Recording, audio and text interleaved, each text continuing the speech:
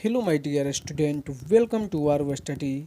मैं गुड्डू सिंह आप सभी का स्वागत करता हूं। तो आज के सेशन में हम लोग साइंस का मॉडल सेट देखेंगे, जिसमें हम लोग 31 क्वेश्चन देखेंगे और ऐसा क्वेश्चन एकदम हूबहू परीक्षा में पूछा जाएगा।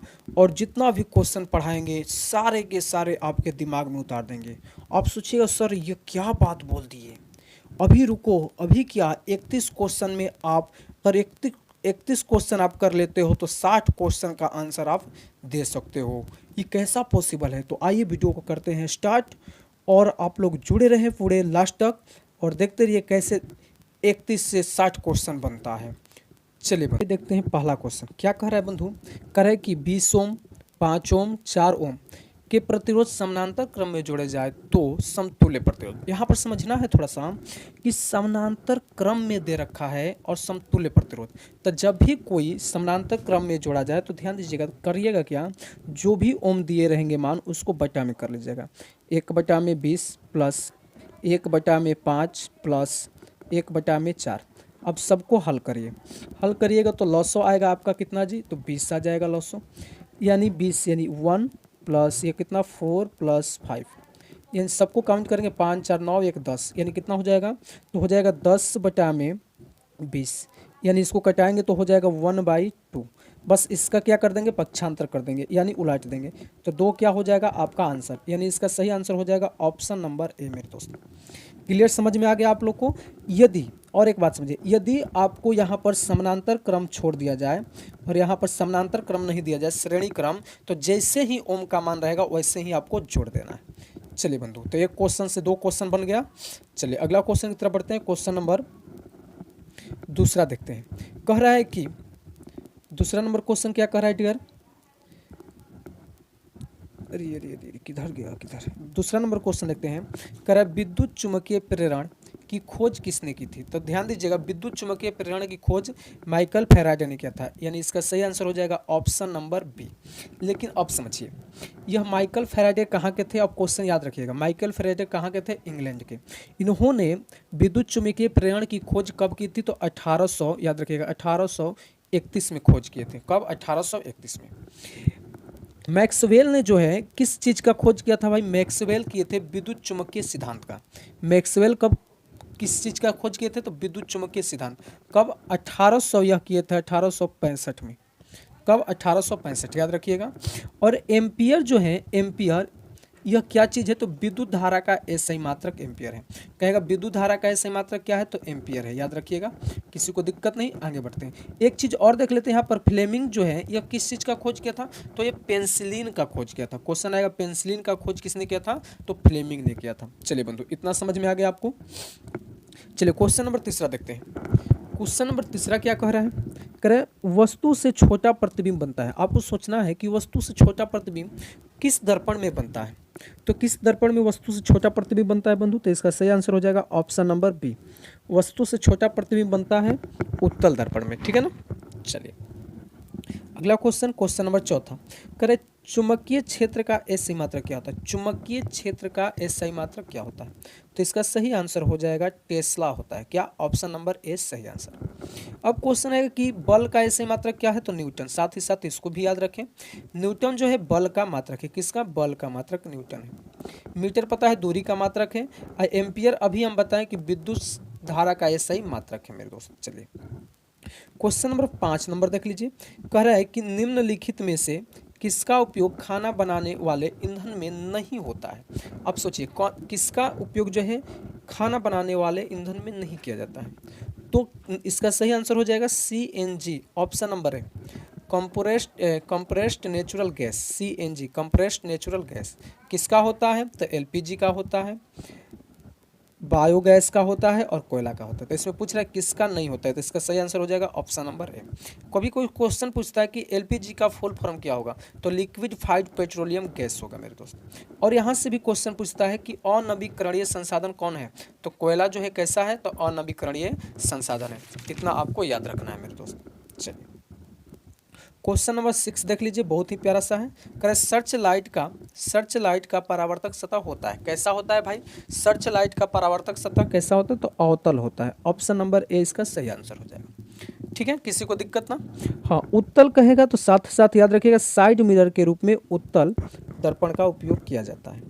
चलो क्वेश्चन नंबर 7 देख लीजिए, निम्नलिखित में से कौन नेत्र का रंगीन भाग होता है, यानी आंख का जो रंगीन भाग होता है उसे क्या कहते हैं? तो इसका सही आंसर जो हो जाएगा परितारिका। किसको? परितारिका को कहते हैं। अब ध्यान दीजिए, अब कार्निया से क्वेश्चन आएगा कि अगर कोई व्यक्ति जो है अपना आंख दान कर रहा है तो उससे क्या निकाला जाता है? तो उस समय क्या हो जाएगा आंसर? कार्निया। आंख से क्या निकाला जाता है? कोई व्यक्ति दान कर रहा है तो आंख से क्या निकाला जाता है? कार्निया।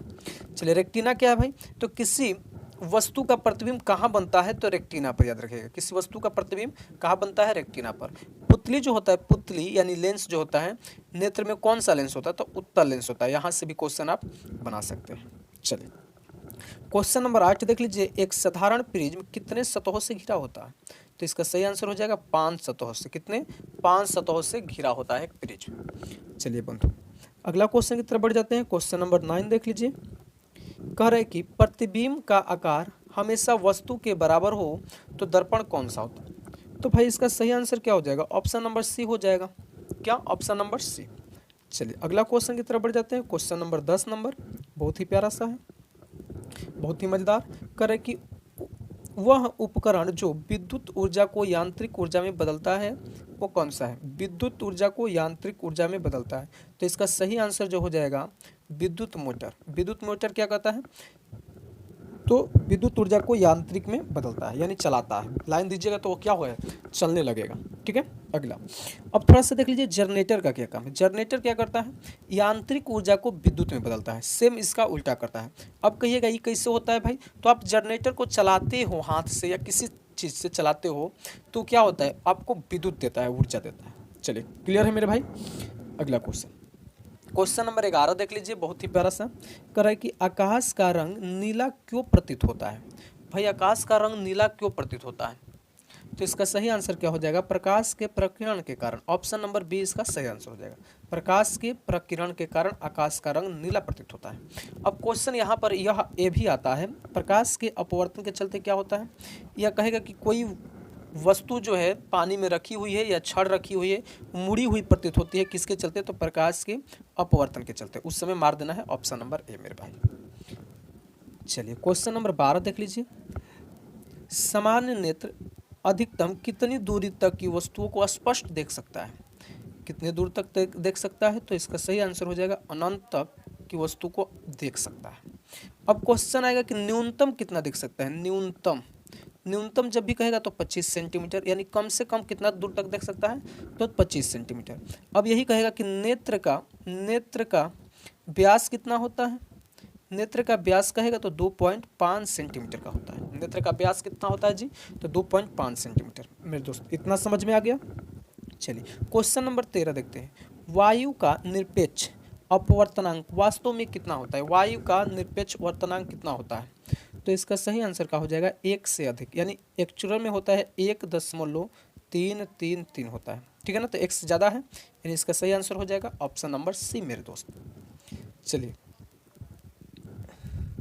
क्वेश्चन नंबर 14 है, समान नेत्र के लिए दूर बिंदु है। अब बताओ समान नेत्र के लिए दूर बिंदु कहाँ? फिर क्वेश्चन वही पूछ दिया, दूर बिंदु अनंत हो जाएगा। ठीक है ना? दूर बिंदु अनंत हो जाएगा मेरे भाई। चलिए क्वेश्चन नंबर 15 देखते हैं, किस दर्पण का उपयोग सामान्यतः वाहनों का पश्च दृश्य देखने के लिए किया जाता है? साइड मिरर के रूप में कर रहा है, यानी इसका सही आंसर हो जाएगा उत्तल। आपको पता है साइड मिरर के रूप में उत्तल हो जाएगा मेरे भाई, किसी को दिक्कत नहीं है? बहुत बढ़िया। अगला क्वेश्चन की तरफ बढ़ते हैं। क्वेश्चन नंबर 16 देख लेते हैं, 1 मीटर एम्पियर या एंगस्ट्रॉम बराबर होता है, कितने के बराबर होता है भाई? तो यह जो होता है इसका सही आंसर हो जाएगा ऑप्शन नंबर ए, 10⁻³ एम्पियर के बराबर। क्वेश्चन नंबर अगला देखते हैं, क्वेश्चन नंबर 17, बहुत ही प्यारा सा। डीजल का उपयोग होता है, डीजल का उपयोग कहाँ कहाँ होता है? आपको पता है रेल के इंजन से भी डीजल चलता है, विद्युत उत्पादन में भी यूज होता है, यानी भारी वाहनों में। इसका सही आंसर हो जाएगा option number D. Question number 18 देखते हैं, सौर सेल सौर ऊर्जा को रूपांतरित करता है किस में भाई? सौर जो सेल होता है, बैटरी होता है, किस में रूपांतरित करता है? किस में रूपांतरित करता है? तो इसका सही आंसर हो जाएगा ऑप्शन नंबर डी, विद्युत ऊर्जा में। क्या देता है आपको? बैटरी विद्युत देता है। ठीक है बंधु, चलिए क्वेश्चन नंबर 19 देखते हैं। विद्युत चुम्बकीय विद्युत चुम्बक बनाने के लिए किस पदार्थ के छड़ का उपयोग होता है? तो आपको पता है विद्युत चुम्बक बनाने के लिए नर्म लोहा का उपयोग किया जाता है मेरे भाई। ठीक है, चलिए क्वेश्चन नंबर 20। जब किसी चालक तार से विद्युत धारा प्रवाहित होती है तो गतिशील कण क्या है?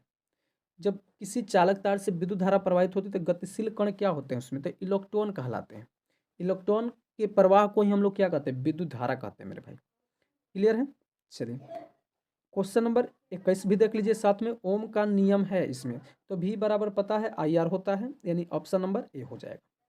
ठीक है बंधु, चलिए अगला क्वेश्चन की तरफ बढ़ जाते हैं। क्वेश्चन नंबर 22 नंबर, बहुत ही प्यारा सा। विभवांतर का एसआई मात्रक क्या होता है? अब बताओ विभवांतर का एसआई मात्रक क्या होता है? तो इसका सही आंसर हो जाएगा वोल्ट होता है। एम्पियर पता है कि विद्युत धारा का एसआई मात्रक एम्पियर है। वाट जो है शक्ति का एसआई मात्रक है, इसको भी साथ में याद रखो। शक्ति का एसआई मात्रक क्या होता है? वाट होता है। ठीक है, ऊर्जा कहे या कार्य कहे, ऊर्जा या कार्य कहे तो उसका एसआई मात्रक क्या हो जाएगा? जूल हो जाएगा। साथ में इसको भी याद रखिएगा। चलिए 23 नंबर क्वेश्चन। आमीटर का प्रतिरोध होता है, आमीटर का प्रतिरोध कैसा होता है?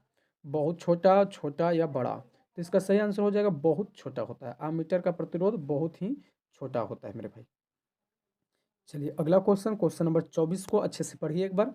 करें जब पश्चिम की प्रक्षेपित कोई धनावेशित कण यानी अल्फा कण किसी चुंबकीय क्षेत्र द्वारा उत्तर की ओर विक्षेपित हो जाती है तो चुंबकीय क्षेत्र की दिशा कैसी होगी? तो आपको पता है दक्षिण की ओर हो जाती है यार। कैसी? दक्षिण, उत्तर दक्षिण, उत्तर दक्षिण की ओर। ठीक है ना? चलिए क्वेश्चन नंबर 25। एक गोलीय दर्पण की फोकस दूरी 20 सेंटीमीटर, कैसा? तो प्लस 20 सेंटीमीटर है। तो एक गोलीय दर्पण कैसी होगी? प्लस किसका होता है मेरे भाई? आपको तो पता होना चाहिए। प्लस किसका होता है? उत्तल का। उत्तल का प्लस होता है और अवतल के लिए कहे तो माइनस होता है, याद रखिएगा। जब भी माइनस दे दिया तो समझ जाओ उत्तल है, और जब भी प्लस दे दिया अवतल दर्पण है। ठीक है ना? चलिए क्वेश्चन नंबर 26 देखते हैं। तालाब का जल कम गहराई दिखाई देने का कारण क्या है? अभी बताएं। तालाब का जल जो है कम गहराई दिखाई देने का कारण क्या है भाई? अपवर्तन, अभी हम पढ़ाए थे कि टेढ़ी हुई दिखाई दे, मुड़ी हुई दिखाई दे, अपवर्तन के चलते होता है। ठीक है बंधु, चलिए क्वेश्चन नंबर 27 देख लेते हैं। आप लोग कमेंट करके बताइए, ज़्यादा फास्ट तो नहीं पढ़ा रहे हैं ना, आराम से तो पढ़ा रहे हैं। विद्युत मोटर परिवर्तित करता है, बताओ विद्युत मोटर किस में? तो विद्युत दीजिएगा तो यांत्रिक ऊर्जा में, यानी लाइन दीजिएगा तो वो चलाएगा, यानी इसका सही आंसर हो जाएगा ऑप्शन नंबर डी मेरे भाई। किसमें? तो विद्युत ऊर्जा को यांत्रिक ऊर्जा में परिवर्तित करता है। ठीक है, अब यहाँ पर ऑप्शन ए भी साथ में याद रखिए। यांत्रिक ऊर्जा को विद्युत में कौन कन्वर्ट करता है? तो जनित्र आप लोग देख जानते होंगे, जनित्र, जनरेटर। ठीक है, ये सब क्या करता है? यांत्रिक ऊर्जा को विद्युत में। अब यहाँ पर देख लीजिए ऑप्शन बी भी साथ में याद रखिए। कह रहे कि रासायनिक ऊर्जा को विद्युत ऊर्जा में कौन बदलता है? रासायनिक ऊर्जा को विद्युत में तो बैटरी जो होती है, बैटरी वो क्या करती है? रासायनिक ऊर्जा को विद्युत में बदलते हैं मेरे दोस्त। चलिए अगला क्वेश्चन की तरफ बढ़ जाए। हाँ क्वेश्चन नंबर 28 बहुत ही प्यारा सा। कह रहा है निम्न में से कौन उभय धर्मी ऑक्साइड है? कौन उभय धर्मी ऑक्साइड? तो इसका सही आंसर क्या हो जाएगा मेरे भाई? तो हो जाएगा ऑप्शन नंबर बी हो जाएगा, Al2O3 हो जाएगा। ठीक है, चलिए क्वेश्चन नंबर 29। निम्न में से कौन समीकरण संतुलित है? तो देख लीजिए LHS और RHS दोनों बराबर होना चाहिए। तो इसमें बराबर कौन है आप लोग अच्छे से देख लीजिएगा, ऑप्शन नंबर बी हो जाएगा। H यहाँ 2 है, यहाँ भी H 2 है, Cl 2 है, Cl 2 है, यानी इसका सही आंसर हो जाएगा ऑप्शन नंबर बी मेरे भाई। 30 नंबर क्वेश्चन। निम्न में से कौन अम्ल नहीं है? आपको बताना है। तो अम्ल नहीं है तो यहाँ पर देखिए KOH क्या है? अम्ल नहीं है, क्या है? क्षार है। ठीक है ना, हाइड्रोक्साइड है। ठीक है, यह कौन सा अम्ल है भाई? सल्फ्यूरिक अम्ल है। सल्फ्यूरिक अम्ल अम्ल का राज कहा जाता है। अम्लों का राजा किसे कहते हैं? सल्फ्यूरिक अम्ल, H2SO4। यह कौन सा अम्ल है? नाइट्रिक अम्ल है। कौन सा भाई? नाइट्रिक अम्ल है। और यह आपको पता है हाइड्रोक्लोरिक अम्ल है। चलिए अगला क्वेश्चन, लास्ट आज के सेशन का लास्ट क्वेश्चन। क्षारक को जल में घोलने पर क्या मुक्त करता है? क्षारक को जल में घोलेंगे तो क्या मुक्त करेगा? तो जल में घोलेंगे तो क्षारक OH आयन देता है, OH आयन। अगर वही कह दे कि जब हम अम्ल को जल में घोलेंगे तो क्या देगा? OH plus, sorry H plus ion देगा, यानी इसका सही आंसर हो जाएगा ए, लेकिन अम्ल के लिए ई हो जाएगा बी। चलिए, तो आप लोग जल्दी से हमें कमेंट करके बता दीजिएगा कि आज का वीडियो कैसा था। ऐसा वीडियो और भी चाहिए तो आप लोग हमें कमेंट कर सकते हैं। चलिए, मिलते हैं अगले सेशन में, तब तक के लिए जय हिंद, जय भारत मित्रों।